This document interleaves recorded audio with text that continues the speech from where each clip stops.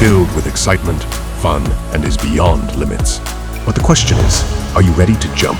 If it is a yes, then you have jumped into the world of ultimate entertainment. Welcome to YOLO 247, a place of fun, indulgence, and endless surprises.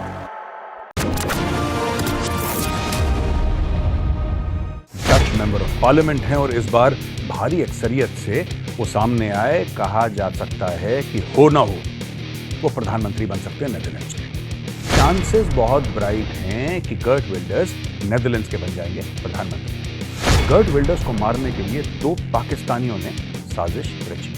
$2 अरब के loan, ladies and gentleman, $2 अरब के loan China ने roll over कर दिए।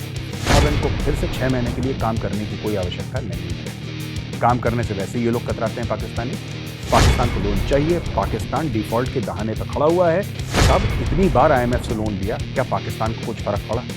ये लोग पैसे खा जाते हैं और उनका ये कहना है कि यहाँ पे बाहरी ताकतें हैं जो टेररिज्म को सपोर्ट कर रही हैं। मूवमेंट चल रही है, प्रॉपर फ्रीडम मूवमेंट बलूचिस्तान में चल रही है और बलूचिस्तान में कई लोग हैं जो पाकिस्तान का हिस्सा नहीं बनना चाहते। जय हिंद दोस्तों, मैं हूं मेजर गौरवारी और आप देख रहे हैं आज की ताज़ा तरीन खबरें। अच्छा दोस्तों, बात यह है कि गर्ट विल्डर्स का तो आपने नाम सुना ही होगा। डच मेंबर ऑफ पार्लियामेंट हैं और इस बार भारी अक्सरियत से वो सामने आए। कहा जा सकता है कि हो ना हो वो प्रधानमंत्री बन सकते हैं नेदरलैंड्स के। उनको कुछ सीटें चाहिए, कुछ जोड़ तोड़ होगा, कुछ और लोगों का वो साथ लेंगे, एक मिलीजुली सरकार बनाएंगे। लेकिन चांसेस बहुत ब्राइट हैं कि गर्ट विल्डर्स नेदरलैंड्स के बन जाएंगे प्रधानमंत्री। ये वही गर्ट विल्डर्स हैं जिनके खिलाफ काफी फतवे हैं, जिन्होंने प्रॉफेट मोहम्मद के खिलाफ काफी बातें करी, कुरान को जलवाया वगैरह वगैरह। ये वही गर्ट विल्डर्स हैं जिन्होंने नुपुर शर्मा को पूर्ण रूप से सपोर्ट करा और बोला कि नुपुर शर्मा जो है वो सही बात कह रही है, मैं उनके सपोर्ट में खड़ा हूं। ये हैं गर्ट विल्डर्स। दोस्तों, गर्ट विल्डर्स को मारने के लिए दो पाकिस्तानियों ने साजिश रची। उसमें से एक रिलीजियस टीचर था, यानी कि मौलवी था, और दूसरा एक आम शहरी।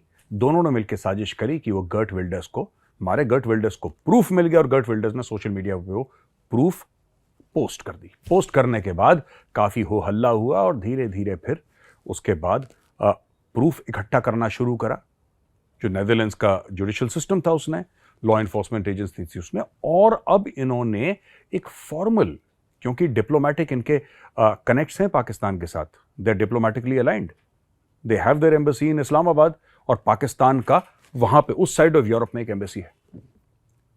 तो नेदरलैंड्स वाले कह रहे हैं कि भाई हमारे एक मेंबर ऑफ पार्लियामेंट को मारने की साजिश करने वाले पाकिस्तानी सिटीजन्स हैं, वो पाकिस्तान में रह रहे हैं, आप उनको एक्स्ट्राडाइट करिए। दोस्तों, यहां पे 2-3 बातें मैं आपको बताना चाहता हूं कि पाकिस्तान में इस चीज को लेके क्या माहौल है। बड़ी इंटरेस्टिंग सी चीज है, क्योंकि जब तक मैं आपको परिप्रेक्ष्य नहीं समझाऊंगा, जब तक मैं आपको कॉन्टेक्स्ट नहीं दूंगा, शायद आप समझ ना पाए।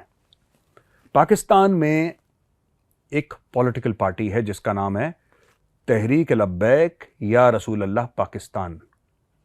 उसको तहरीक लब्बैक पाकिस्तान भी बोलते हैं, यानी कि TLP। TLP का हेड है साद रिजवी।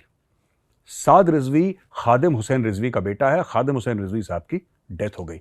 ये एक हार्डलाइन इस्लामिस्ट पार्टी है जो कि अग्री करती है तहरीक तालिबान पाकिस्तान से, जो अग्री करती है अलकायदा से, जो कि अग्री करती है इस्लामिक स्टेट से, और डेफिनेटली अग्री करती है ये अफगान तालिबान से।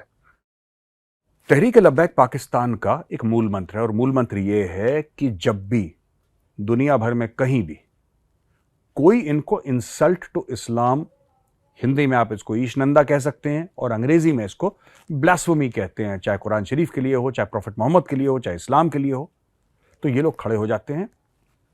कुछ साल पहले इन्होंने फ्रांस में जो कार्टून बने थे, जो खाके बने थे प्रॉफेट मोहम्मद के, रीप्रिंट हुए थे, उसके चलते उन्होंने आधा लाहौर जला दिया था। यह है तहरीक लब्बैक पाकिस्तान। अब क्या पाकिस्तान की सरकार इन दो लोगों को नेदरलैंड्स को सौंपेगी? क्या इन दोनों के बीच में, यानी कि दोनों देशों के बीच में एक्स्ट्रेडिशन की ट्रीटी है? क्योंकि नेदरलैंड्स ने एक्स्ट्रेडिशन की मांग करी है। उन्होंने बोला कि आप भेजिए, they will stand trial here. Netherlands European union का हिस्सा है और उसके पास कई तरीके हैं पाकिस्तान को प्रेशराइज करने के लिए। They have a lot. GSP+ की बात कर लें, जो पाकिस्तानियों को जिसको कहते हैं कि टैक्स रिबेट मिलता है, या पाकिस्तानियों को ड्यूटी रिबेट मिलता है जब वो एक्सपोर्ट करते हैं। इन सब में नेदरलैंड्स का एक से है। मैं ये कह सकता हूं कि नेदरलैंड्स का एक किस्म का से है इस पूरे मैटर में कि पाकिस्तान को मिलना चाहिए, नहीं मिलना चाहिए। दो it's a matter of the European union. तो अब आप सोचिए कि क्या पाकिस्तान लोग भेजेगा? मुझे लगता है पाकिस्तान नहीं भेजेगा। कोई भी सरकार इस मामले में कॉम्प्रोमाइज नहीं कर सकती। Pakistan is actually the Islamic Republic of Pakistan, और अगर पाकिस्तान ने भेज दिया फिर पाकिस्तान में आग लग जाएगी, क्योंकि 99% ऑफ द पाकिस्तानीज ये सोचते हैं कि अगर ये लोग जाके गर्ट विल्डर्स को मारते हैं या मरवाते हैं तो ये सब आपका काम है और ये लोगों को जन्नत नसीब होगी। That is the mindset inside Pakistan. और पाकिस्तान में एक बार फिर एक खुशी की लहर दौड़ गई। $2 अरब के लोन, लेडीज एंड जेंटलमैन, $2 अरब के लोन चाइना ने रोल ओवर कर दिए। ये पाकिस्तान के लिए लगभग पार्टी हो गई, क्योंकि इसके पहले पाकिस्तान ने IMF से $8 अरब के लोन की मांग कर दी। 2 अरब चाइना ने रोल ओवर कर दिए, 8 और 2 10। पाकिस्तान हो गया सेट। अब इनको फिर से 6 महीने के लिए काम करने की कोई आवश्यकता नहीं है। काम करने से वैसे ही ये लोग कतराते हैं पाकिस्तानी, अब ये बिल्कुल भी काम करने के फेवर में नहीं होंगे। अब देखिए, शुरुआत हुई थी $2 अरब से, 2 अरब का बना 4 का बना 6, अब उन्होंने डायरेक्टली डिमांड कर दी है $8 अरब की। वहां पे इमरान खान कह रहा है, जो पाकिस्तान का सबसे पॉपुलर पॉलिटिकल लीडर है, जो कि जेल में है, वो कह रहा है कि इनको पैसे मत देना।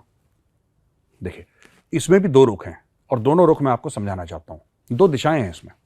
पहली दिशा यह है कि लोग कह रहे हैं साहब कि अगर हमें पैसा नहीं मिलेगा IMF से तो हम डिफॉल्ट कर जाएंगे। यहां पे हम कौन है? पाकिस्तान। कि जनाब, पाकिस्तान को तो पैसा चाहिए, पाकिस्तान को लोन चाहिए, पाकिस्तान डिफॉल्ट के दहाने पर खड़ा हुआ है। It is standing at the edge of default, and if Pakistan does not get the money, Pakistan default कर जाएगा। ठीक है, ये एक सोच है। दूसरी सोच इमरान खान की सोच है। इमरान खान की सोच ये कहती है कि साहब, इतनी बार IMF से लोन लिया, क्या पाकिस्तान को कुछ फर्क पड़ा? ये लोग पैसे खा जाते हैं।